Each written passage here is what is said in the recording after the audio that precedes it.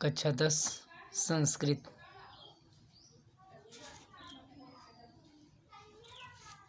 चतुर्था पाठ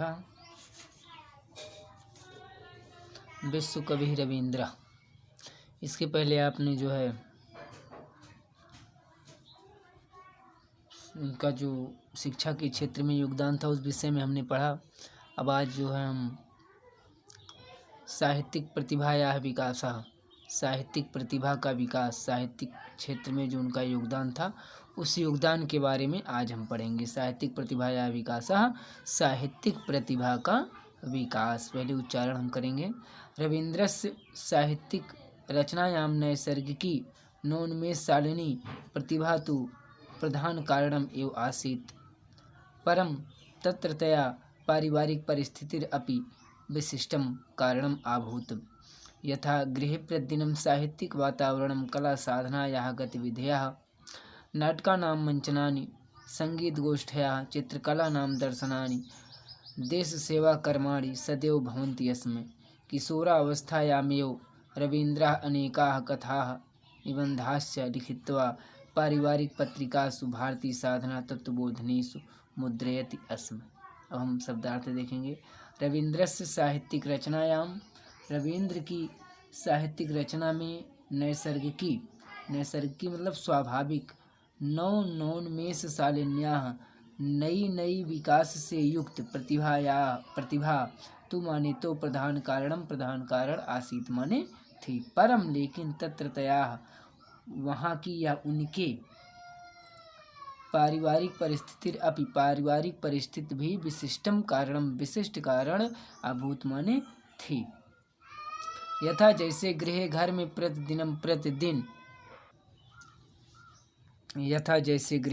प्रतिदिन रोजाना साहित्यिक वातावरण, कला साधना की गतिविधियाँ, नाटकानां मंचनानि नाटकों का मंचन, संगीत की गोष्ठियाँ, चित्रकलानां प्रदर्शनानि चित्रकला की प्रदर्शनी, देश सेवा के कर्म सदैव हमेशा भवन्ति स्म होते थे। किशोरावस्था में ही रवीन्द्र अनेक कथाएं, निबंध चा और लिखकर पारिवारिक पत्रिकाओं में भारतीय साधना तत्त्वबोधिनी में मुद्रयति स्म छपवाते थे। वाक्य हम देखेंगे अर्थ।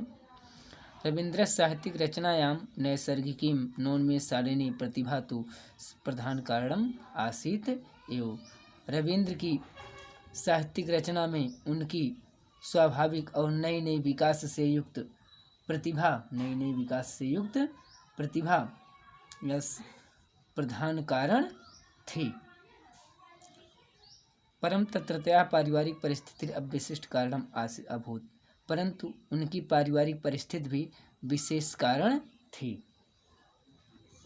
जैसे यथा गृहे प्रतिदिनं साहित्यिकं वातावरणं, कला साधनायां याः गतिविधयः, नाटकानि मंचनानि, संगीतगोष्ठ्यः, चित्रकलानां प्रदर्शनानि, देशसेवाकर्माणि सदैव भवन्ति स्म। जैसे घर में प्रतिदिन साहित्यिक वातावरण, कला साधना की गतिविधियाँ, नाटकों का मंचन, संगीत गोष्ठियाँ, चित्रकलाओं का प्रदर्शन, देश सेवा के कर्म आदि हमेशा होते थे। किशोरावस्थायाम् एव रवीन्द्रः अनेकाः कथा निबन्धाश्च लिखित्वा पारिवारिक पत्रिकासु भारतीय साधना तत्त्वबोधिनीषु मुद्रयति स्म। किशोरावस्था में, बाल्यावस्था में ही रवीन्द्र ने अनेक कथाओं और निबंधों को लिखकर पारिवारिक पत्रिकाओं भारतीय साधना और तत्त्वबोधिनी में छपवाए। अब अगला पैराग्राफ देखेंगे। तेन च शैशव संगीतम, सांध्य संगीतम, प्रभात संगीतम, नाटकेषु रुद्रचंडम, वाल्मीकि प्रतिभागीति नाट्यम, विसर्जनम, राजर्षि चोखेर वाली, चित्रांगदा, कौड़ी ओकमलः, गीतांजलि इत्यादयो बहवः ग्रंथाः विरचिताः। गीतांजलि वैदेशिकैः नोबेल पुरस्कारेण पुरस्कृताः च।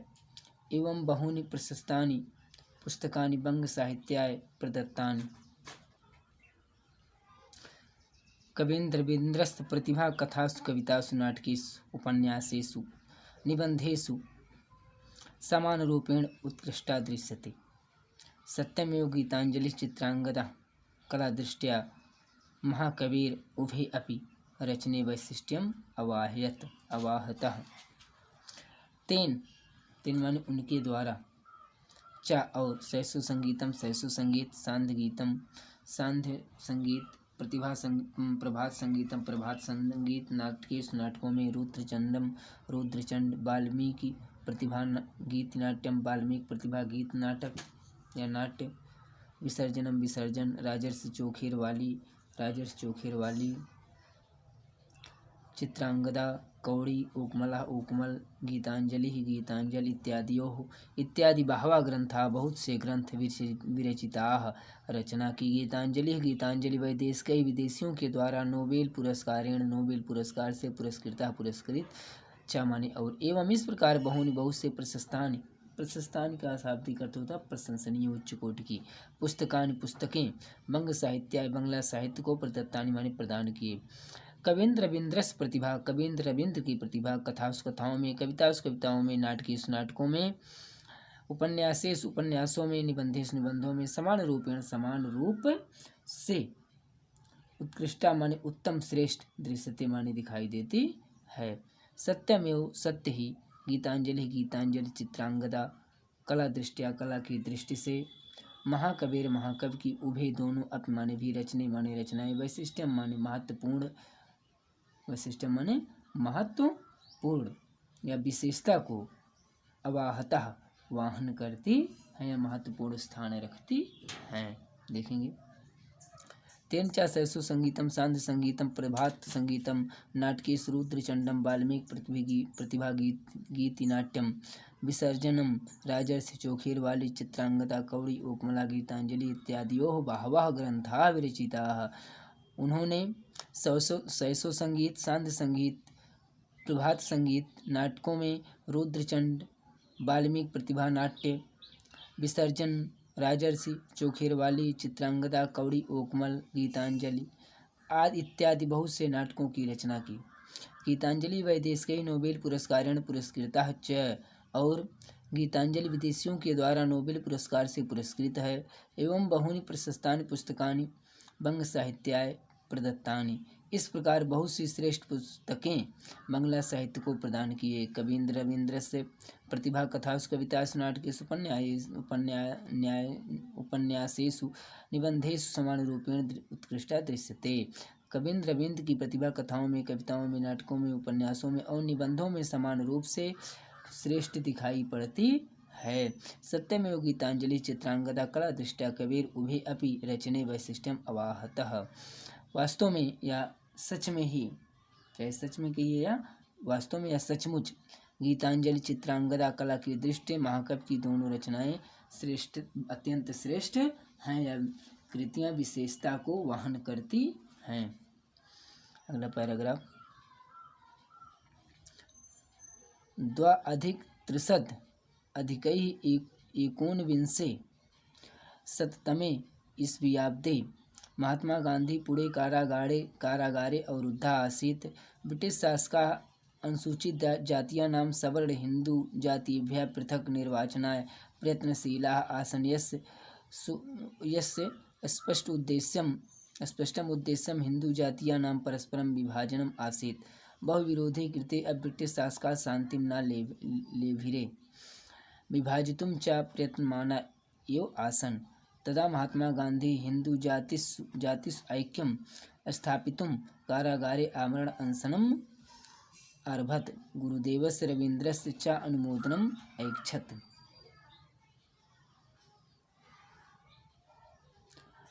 यतः च महात्मा गांधी गुरुदेवस्य रवीन्द्रस्य केवलम् आदरम् एव न अकरोत्, अपितु यथाकालं समीचीन सम्मतैः मुखम् अपि ईक्षते अस्म। महात्मा एनं कवीन्द्रं रवीन्द्रं गुरुं मन्यत। रवीन्द्रनाथः तन्त्रीपत्रे भारतस्य एकतायै सामाजिक अखंडतायै च अमूल्यं जीवनस्य बलिदानं सर्वथा समीचीनं। परं जनाः दारुणायाः विपत्तेः गान्धिनः जीवनम् अभिरक्षेयुः इति लिखित्वा प्रत्युत्तरत्। रवीन्द्रः आमरणस्य अनशनस्य समर्थनम् एव न कृतवान्, अपि तु प्रायोपवेशने प्रारब्धे पुणे कारागारं च गतवान्।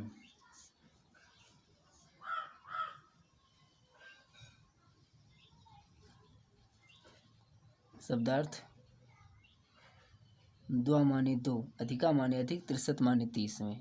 30 में 2 अधिक अर्थात 32। एको ना विंसे, एको माने एक, ना माने नहीं, विंसे माने 20 में अर्थात 19। शततमे 100 ईस्वीयाब्दे, ईस्वी में महात्मा गांधी पूरे कारागार में अवरुद्धा माने बंद, अवरुद्धे माने बंद, आसीत माने थे। ब्रिटिश शासकाः, ब्रिटिश शासक, अंग्रेज शासक अनुसूचित जातीयानाम, अनुसूचित जातियों, सवर्ण हिंदू जातिभ्यः और सवर्ण हिंदू जातियों का पृथक अलग निर्वाचनाय चुनाव के लिए प्रयत्नशील आसन माने थे। यस्य स्पष्टम उद्देश्यम, जिसका स्पष्ट उद्देश्य हिंदू जातिया नाम, हिंदू जातियों का परस्परम आपस में विभाजन करना आसीत माने था या बंटवारा था। बहु विरोधी कृत्य, अभी बहुत विरोध करने पर भी ब्रिटिश शासक, अंग्रेज शासक शांतिम शांति ना नहीं लिभेरे माने ले रहे थे। विभाजन के लिए, बांटने के लिए, बंटवारा करने के लिए, चा माने और प्रयत्नमाना माने प्रयत्नशील, एवं माने ही आसन माने थे। तथा तब महात्मा गांधी हिंदू जाति ऐक्यम, हिंदू जाति की एकता के लिए, एकता को स्थापना के लिए, कारागार में आमरण अनशनम माने अनशन, प्रारंभत माने प्रारंभ किया। आमरण या हम उसे भूख हड़ताल भी कह सकते हैं।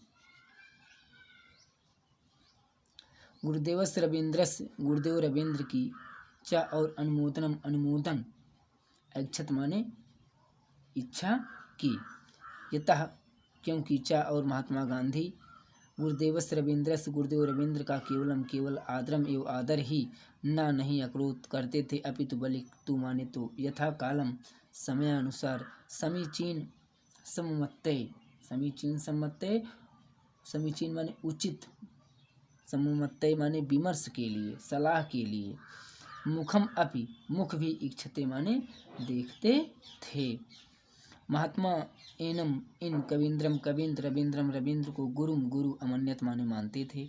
रविंद्रनाथ तंत्री पत्रे तार के, रविंद्र ने तार में भारत की एकता और सामाजिक अखंडता के लिए च और अमूल्य जीवन का बलिदान सर्वथा हर प्रकार से समीचीनम माने सही है। परम किंतु जनाः लोगों को दारुणायाः भयंकर विपत्ति में गांधी के जीवन अभिरक्षेयुः, जीवन की प्राणों की रक्षा करनी चाहिए। इत लिखित्वा, ऐसा लिखकर, प्रत्युत्तरत माने उत्तर दिया, जवाब दिया। रवींद्र आमरण अनशन का समर्थनम एवं समर्थन ही ना माने नहीं, कृतवान माने किया, अपितु बल्कि प्रायोपवेशने माने अनशन के समय या उपवास के समय, प्रारब्धे माने प्रारंभ में, पुणे माने पुणे, कारागारे माने कारागार में, चा माने और, गतवान माने गए। अब हम अर्थ देखेंगे वाक्य का। द्वा अधिक त्रिशत अधिकैः एकोनाविंशे शततमे ईस्वीयाब्दे महात्मा गांधी पुणे कारागारे अवरुद्धा आसीत्। 1932 ईस्वी में महात्मा गांधी पुणे कारागार में बंद थे, या पुणे की जेल में बंद थे, या जिसे हम पूना कहते हैं। ब्रिटिश शासका अनुसूचित जातिया नाम सवर्ण हिंदू जातिभ्यः पृथक निर्वाचनाय प्रयत्नशील आसीत्। अंग्रेज शासक हिंदू जातियों, अनुसूचित जातियों और सवर्ण हिंदू जातियों के अलग चुनाव के लिए प्रयत्नशील थे। यस्य स्पष्टम उद्देश्यम हिंदू जातिया नाम परस्परम विभाजनम आसीत्, जिसका स्पष्ट उद्देश्य हिंदू जातियों का आपस में विभाजन करना था। बहु विरोधे कृते अपि ब्रिटिश शासका शांतिम न लेभिरे विभाजितुम च प्रयत्नमाना एव आसन। बहुत विरोध करने पर भी ब्रिटिश शासक अंग्रेज शासक शांति नहीं ले रहे थे और विभाजन करने के लिए, बंटवारा करने के लिए प्रयत्नशील थे। तदा महात्मा गांधी हिंदू जातिस ऐक्यम स्थापितुम कारागारे आमरणम अनशनम प्रारभत। तब महात्मा गांधी हिंदू जाति की एकता की स्थापना के लिए कारागार में आमरण अनशन प्रारंभ किया। गुरुदेवस्य रवींद्रस्य च अनुमोदनम ऐच्छत्। गुरुदेव रवींद्र का अनुमोदन चाहते थे या अनुमोदन की इच्छा करते थे। यतः च महात्मा गांधी गुरुदेवस्य रवींद्रस्य केवलम आदरम न अकरोत् अपितु यथा कालम समीचीन सममत्यै मुखम अपेक्षते अस्म। क्योंकि महात्मा गांधी गुरुदेव रवींद्र का केवल आदर ही नहीं करते थे, बल्कि समयानुसार उचित परामर्श के लिए उनका मुख भी देखते थे। महात्मा एनम कवींद्रम रवींद्रम गुरुम अमन्यत। महात्मा गांधी इन कवींद्र रवींद्र को गुरु मानते थे। रवींद्रनाथ तंत्री पत्रे भारतस्य एकतायै सामाजिक अखंडतायै च अमूल्य जीवनस्य बलिदानं सर्वथा समीचीनं परम जनाः दारुण्यायाः विपत्तेः गान्धिनः जीवनम् अभिरक्षेयुः इति लिखित्वा प्रत्युत्तर। रवींद्रनाथ ने तंत्रीपत्र में भारत की एकता और अखंडता के लिए अमूल्य जीवन का बलिदान करना सर्वथा उचित है, लेकिन लोगों को भयंकर विपत्ति में गांधी के जीवन की रक्षा करनी चाहिए, ऐसा लिखकर उत्तर दिया। रवींद्रः आमरणस्य अनशनस्य समर्थनम् एव न कृतवान् अपितु उपप्रायोपवेशने प्रारब्धे पूरे कारागारं च गतवान्। गुरुदेव रवींद्र ने आमरण अनशन का समर्थन ही नहीं किया, बल्कि उपवास के अनशन के प्रारंभ में पुणे कारागार में भी गए।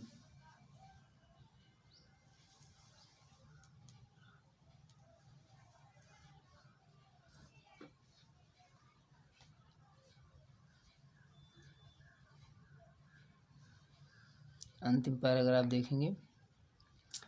एवं बहुवर्णिकं गरिमामण्डितं साहित्यिकीं सामाजिकीं दार्शनिकं लोकतांत्रिकं जीवनं तस्य काव्यम् इव मनोहारी सर्वेभ्यः कल्याणकारी प्रेरणादायी चाभूत्। 14अधिक-19विंशतितमे ईस्वीयाब्दे अगस्तमासस्य 7 दिनाङ्के रवीन्द्रनाथस्य पार्थिवं शरीरं वैश्वानरं प्राविशत्। अद्यापि गुरुदेवस्य रवीन्द्रस्य वाक्काव्यरूपेण अस्माकं समक्षं श्रोतस्विनी इव सत्यं प्रभात एव। अधुनापि करालस्य कालस्य कोऽपि वाचं मुखीकर्तुं नाशकत्। जयन्ति तेषु कीर्तनोरसिद्धाः कवीश्वराः, नास्ति येषां यशः काये जरा मरणं जम भयम्। देखेंगे। एवं इस प्रकार बहुवर्णिकम बहुत वर्णों का या विविध मुखी, गरिमा मंडितम गरिमा से मंडित युक्त, साहित्यिकीम साहित्यिक, सामाजिकीम सामाजिक, दार्शनिकम दार्शनिक, लोकतांत्रिकीम लोकतांत्रिक, जीवनम जीवन तस्य उनके, काव्यम इव काव्य की तरह, मनोहारी मनोहारी, सर्वेभ्यः सभी के लिए, कल्याणकारी प्रेरणादायी चा और अभूत माने हुआ या है। 1 माने 40, 1 और 40 यानी 41, अधिकई माने अधिक, एको न विंशे 20 में 1 नहीं 7 में 100, ईस्वी में अगस्त मासस्य अगस्त महीने की 7वें दिनांक के 7 तारीख को रवींद्र का पार्थिव शरीर, पार्थिव माने पार्थिव, शरीरम माने शरीर, वैश्वानरम अग्नि को या अग्नि में, प्रविशत माने प्रवेश हो गया या प्रविष्ट हो गया। अद्यापि गुरुदेव रवींद्र, आज भी गुरुदेव रवींद्र की वाणी काव्य रूपेण, काव्य के रूप में अस्माकं समक्षम हमारे समक्ष स्रोतस्विनी इव नदी की तरह सतत निरंतर बहती है। इव माने ही, यानी बहती ही है या बह रही है। अधुनापि आज भी या इस समय तक करालस्य माने कराल या भयंकर, कालस्य माने काल के, करो अपि हाथ भी, वाचम वाणी को मुखी कर तुम मौन करने में ना नहीं सकत माने समर्थ हुए। इसका हम वाक्य का अर्थ देख लेंगे। एवं बहुवर्णिकं गरिमामण्डितं साहित्यिकीं सामाजिकीं दार्शनिकीं लोकतांत्रिकीं जीवनं तस्य काव्यम इव मनोहारि सर्वेभ्यः कल्याणकारी प्रेरणादायी चाभूत।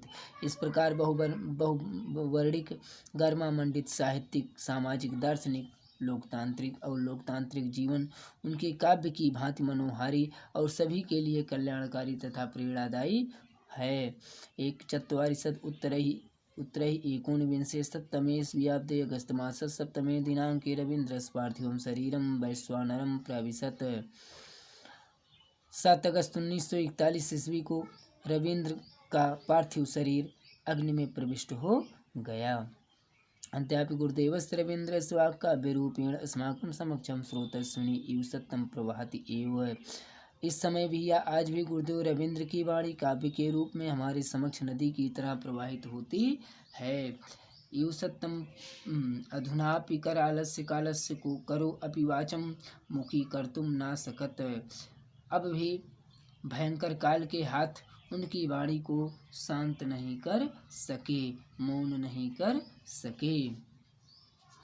जयंती माने जय, जयंती माने जय है। ते माने उन सुकृतिनों, सुकृतिनों माने सुंदर कृतियों की रचना करने वाले। रस सिद्धार्थ रस सिद्ध कवीश्वराह, कवियों के ईश्वर अर्थात कवि श्रेष्ठ।